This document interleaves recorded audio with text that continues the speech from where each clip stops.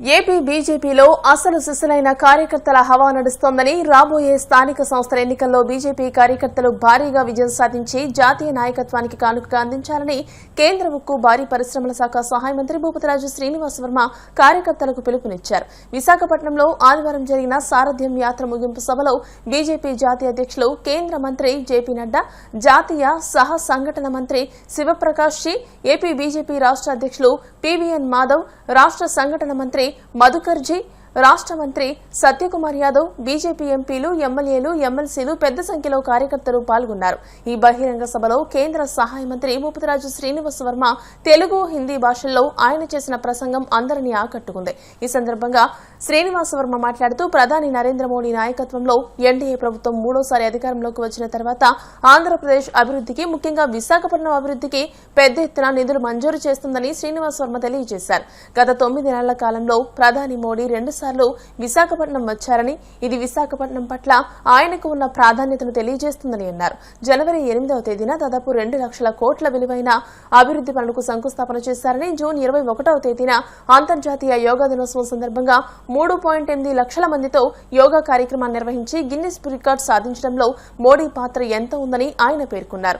AP అభివృద్ధికి కేంద్ర ప్రభుత్వం కట్టుబడి ఉందని, రాజధాని అమరావతి, పోలవరం ప్రాజెక్టుకు పెద్ద ఎత్తున నిధులు మంజూరు చేయడమే కాకుండా ఆంధ్రుల సెంటిమెంట్ అయిన విశాఖపట్నం స్టీల్ ప్లాంట్ కు 11,500 కోట్ల రూపాయల ప్రత్యేక ప్యాకేజీని కేంద్ర ప్రభుత్వం ప్రకటించిందని ఆయన గుర్తు చేశారు.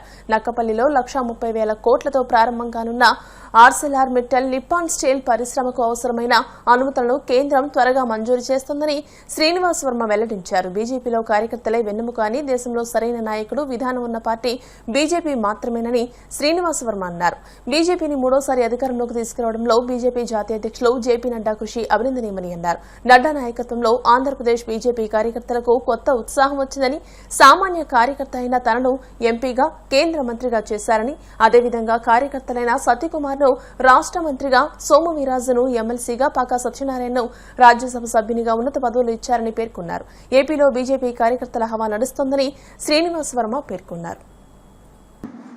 కష్టాల్లో ఉన్న విశాఖ స్టీల్ ప్లాంట్ కి ఆర్థిక ప్యాకేజ్ ఇచ్చేందుకు కృషి చేసినటువంటి మన కేంద్ర భారీ పరిశ్రమల ఉక్కు శాఖ మార్చిలో మంత్రివర్యులు శ్రీ భూపతిరాజు శ్రీనివాస్ వర్మ గారిని సారథ్యం సభను ఉద్దేశించి మాట్లాడుతుందిగా కోరుచున్నాం. విశాఖపట్నంలో జరుగుతున్నటువంటి రాష్ట్ర సారథ్యం సభ సందర్భంలో అధ్యక్షత వహించినటువంటి రాష్ట్ర నూతన అధ్యక్షుడు, మిత్రుడు, జాతీయ భావాలు కలిగినటువంటి కుటుంబంలో పుట్టినటువంటి వ్యక్తి అయిన శ్రీ పీవీఎన్ మాధవ్ గారికి, జాతీయ బీజేపీ అధ్యక్షులు శ్రీ జేపీ నడ్డా గారికి, వేదిక మీద ఉన్నటువంటి జిల్లా బీజేపీ అధ్యక్షులు పరశురామరాజు గారికి, ఇతర ప్రజాప్రతినిధులకు, మంత్రులకు, పార్టీ సీనియర్ నాయకులకు, కార్యకర్తలకు అందరికీ కూడా హృదయపూర్వక నమస్కృతులు తెలియజేస్తున్నా. ఇవాళ విశాఖపట్నంలో పెద్ద ఎత్తున సారథ్యం సభకు ఇచ్చేసినటువంటి కార్యకర్త సోదరులందరికీ కూడా పేరు పేరున కృతజ్ఞతలు తెలియజేస్తున్నా. మీ అందరికీ తెలుసు, కేంద్రంలో నరేంద్ర మోడీ గారి నాయకత్వంలో మూడోసారి ఎన్డీఏ ప్రభుత్వం అధికారంలోకి వచ్చాక ఆంధ్రప్రదేశ్ అభివృద్ధిలో భారతీయ జనతా పార్టీ కీలకమైనటువంటి పాత్ర పోషిస్తోంది.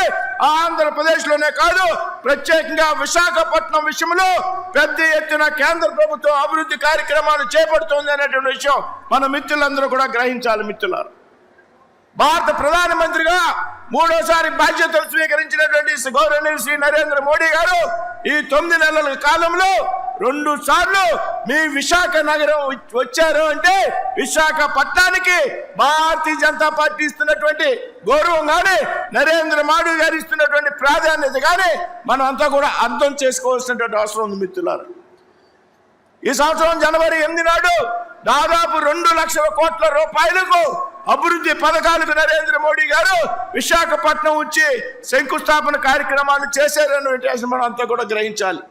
అదేవిధంగా జూన్ 21 నాడు అంతర్జాతీయ యోగా దినోత్సవం సందర్భంగా దాదాపు విశాఖపట్నం బీచ్ లో 3,80,000 మంది ప్రజలతో యోగా దినోత్సవాన్ని నిర్వహించి విశాఖపట్నాన్ని Guinness book of world records లో నమోదు చేయించినటువంటి వ్యక్తి భారత ప్రధాని నరేంద్ర మోడీ గారు అనేటువంటి విషయాన్ని ఈ సందర్భంగా మీ అందరికీ గుర్తు చేస్తున్నాను. మిత్రులారా, అదేవిధంగా ఇవాళ జాతీయ అధ్యక్షులు జేపీ నడ్డా గారు విశాఖపట్నంలో సారథ్యం సభకు ఇచ్చేశారనేటువంటి విషయాన్ని మనందరూ కూడా అపూర్వమైనటువంటి స్వాగతం పలకాల్సి ఉన్నటువంటి మిత్రులారు.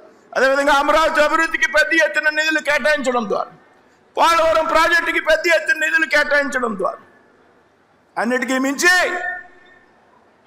మించి నేను స్టీల్ శాఖ మంత్రిగా ఉన్నటువంటి సందర్భంలో ఏదైతే ఆంధ్రుల యొక్క విశాఖ హక్కు ఆంధ్ర రాష్ట్ర ప్రజలు సెంటిమెంట్ గా భావించేటువంటి విశాఖ స్టీల్ ప్లాంట్ కి ఏదైతే ఉందో దాదాపు 11,500 కోట్లు ప్యాకేజీ ఇచ్చినటువంటి ప్రభుత్వం కేంద్రంలో నరేంద్ర మోడీ గారి ప్రభుత్వం అనేటువంటి విషయాన్ని ఈ సందర్భంగా ప్రస్తావిస్తున్నాను మిత్రులారా.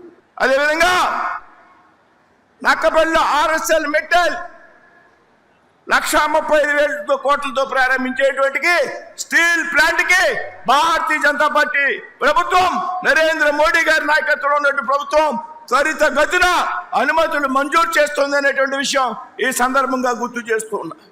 విశాఖపట్నం కేంద్రంగా అనేక అభివృద్ధి కార్యక్రమాలకు ఇవాళ ప్రధానమంత్రి నరేంద్ర మోడీజీ నాయకత్వంలో ప్రభుత్వం కట్టుబడి ఉంది అనేటువంటి విషయాన్ని ఈ సందర్భంగా ప్రస్తావిస్తున్నాను మిత్రులారా. భారతీయ జనతా పార్టీ కార్యకర్త ఆధారిత పార్టీ, భారతీయ జనతా పార్టీ కార్యకర్తల ఆధారంగా పనిచేస్తుంది. ఈ దేశంలో చాలా పార్టీలకి నాయకుడు లేడు. నాయకుడు ఉంటే విధానం లేదు, విధానం ఉంటే ఉద్దేశం లేదు, ఉద్దేశం ఉంటే కార్యకర్త లేడు, కార్యకర్త ఉంటే ఆ పార్టీకి కార్యక్రమం లేదు. ఈ విధంగా కేవలం భారతీయ జనతా పార్టీకి మాత్రమే నాయకుడు ఉన్నారు, ఒక విధానం ఉంది, ఉద్దేశం ఉంది, కార్యకర్త ఉన్నాడు, కార్యక్రమాలు ఉన్నాయి. భారతీయ జనతా పార్టీ కార్యకర్త వెన్నెముకగా పనిచేస్తుంది అనేటువంటి విషయాన్ని ఈ సందర్భంగా మనంతా గుర్తించాలి మిత్రులారా. नड्डा जी, देश के बाकी अन्य पार्टियों में किसी के पास नेता है तो नीति नहीं, नीति है तो नियत नहीं, नीति है तो कार्यकर्ता नहीं, कार्यकर्ता है तो कार्यक्रम नहीं। लेकिन ये केवल और केवल भारतीय जनता पार्टी ही है जिसके पास नेता भी है, नीति भी है और नियत भी है, कार्यकर्ता भी है और कार्यक्रम भी है। ఈ విధంగా నడ్డా గారి నాయకత్వంలో భారతీయ జనతా పార్టీ దేశంలో మూడోసారి అధికారంలోకి వచ్చింది మిత్రులారా. భారతీయ జనతా పార్టీని ముచ్చటగా మూడోసారి అధికారంలోకి తెచ్చినటువంటి ఘనత నడ్డా గారికి దక్కుతుంది అనేటువంటి విషయాన్ని ఈ సందర్భంగా నేను ప్రస్తావిస్తున్నాను మిత్రులారా. నడ్డా గారు అధ్యక్షులుగా ఉన్నప్పటి నుండి ఇక్కడ విషయం ప్రస్తావించా. నడ్డా గారు అధ్యక్ష బాధ్యతలో ఉన్నప్పటి నుండి కూడా ఆంధ్రప్రదేశ్ బీజేపీ కార్యకర్తల్లో కొత్త ఉత్సాహాన్ని, ఉత్తేజాన్ని నింపారు అనేటువంటి విషయాన్ని మనందరూ కూడా గమనించాలి మిత్రులారా. ఎందుకంటే నడ్డా గారి హయాంలో, నడ్డా గారు అధ్యక్షుడిగా ఉన్నటువంటి సమయంలో ఒక సామాన్య కార్యకర్త ఉన్నటువంటి శ్రీనివాస వర్మ కేంద్ర మంత్రి అయ్యాడు. ఒక సామాన్య కార్యకర్త అయినటువంటి సత్యకుమార్ గారు రాష్ట్రంలో మంత్రి అయ్యారు. ఒక సామాన్య కార్యకర్త అయినటువంటి సోమ వీర్రాజు గారు శాసన మండలి సభ్యుడు అయ్యారు. ఒక సామాన్య కార్యకర్త అయినటువంటి పాకా సత్యనారాయణ గారు రాజ్యసభ అయ్యారు.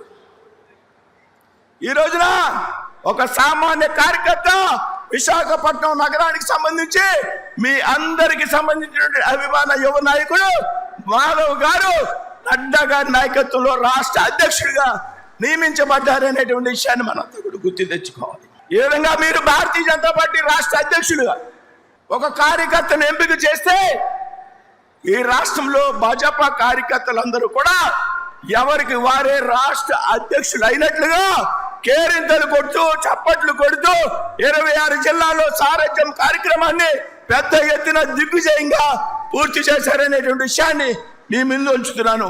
అధ్యక్ష नड्डा जी, आपके नेतृत्व में कार्यकर्ताओं में ऊर्जा बची है। आपके नेतृत्व में आंध्र प्रदेश में भाजपा कार्यकर्ताओं की पहचान की गई। भाजपा ने मुझ जैसे सामान्य कार्यकर्ताओं को सांसद का टिकट दिया और मुझे केंद्र मंत्री बनाया। आंध्र प्रदेश में एक और कार्यकर्ता को राज्य में मंत्री बनाया गया। एक कार्यकर्ता आज राज्यसभा सदस्य है और एक कार्यकर्ता विधान परिषद के सदस्य हैं। आज जब से एक पार्टी कार्यकर्ता को आंध्र प्रदेश भाजपा अध्यक्ष का चुना है। भाजपा आंध्र प्रदेश अध्यक्ष बनाए गए कार्यकर्ता ने अब सार्वजन के नाम से आंध्र प्रदेश के 26 जिलों में यात्रा निकाली और सभी कार्यकर्ताओं ने खुद को प्रदेश भाजपा अध्यक्ष के रूप में देखकर खुशी महसूस की। नड्डा जी, आपने अखिल भारतीय विद्यार्थी परिषद से अपने राजनीति के जीवन की शुरुआत एक कार्यकर्ता के रूप में की। संगठन की शक्ति ही राष्ट्र की शक्ति है। आपने हर निर्णय को कार्यकर्ता केंद्रित और राष्ट्र हित में किया। भाजपा को विचार को आपके नेतृत्व में हम सभी आगे बढ़ाने का कार्यकर्ता करेंगे। जय हिंद, जय भारत। ఇవాళ ఆంధ్రప్రదేశ్లో అసలైన శిశులైన భాజపా కార్యకర్తల హవా నడుస్తుంది. దీన్ని మీరందరూ ఉపయోగించుకోవాలి. కార్యకర్తలంతా కూడా ప్రజల్లోకి వెళ్లాల్సినటువంటి అవసరం ఉంది. రాబోయేటువంటి స్థానిక ఎన్నికల్లో మన నాయకుడైనటువంటి మాధవ్ గారి నాయకత్వంలో పెద్ద ఎత్తున ఫలితాలు ఈ రాష్ట్రంలో సాధించి అఖిల భారత పార్టీకి మనం బహుమతిగా ఇవ్వాల్సినటువంటి అవసరం ఉందని ఈ సందర్భంగా మీ అందరికీ కూడా విజ్ఞప్తి చేస్తూ సెలవు తీసుకున్నాను. జై హింద్, జై భారత్.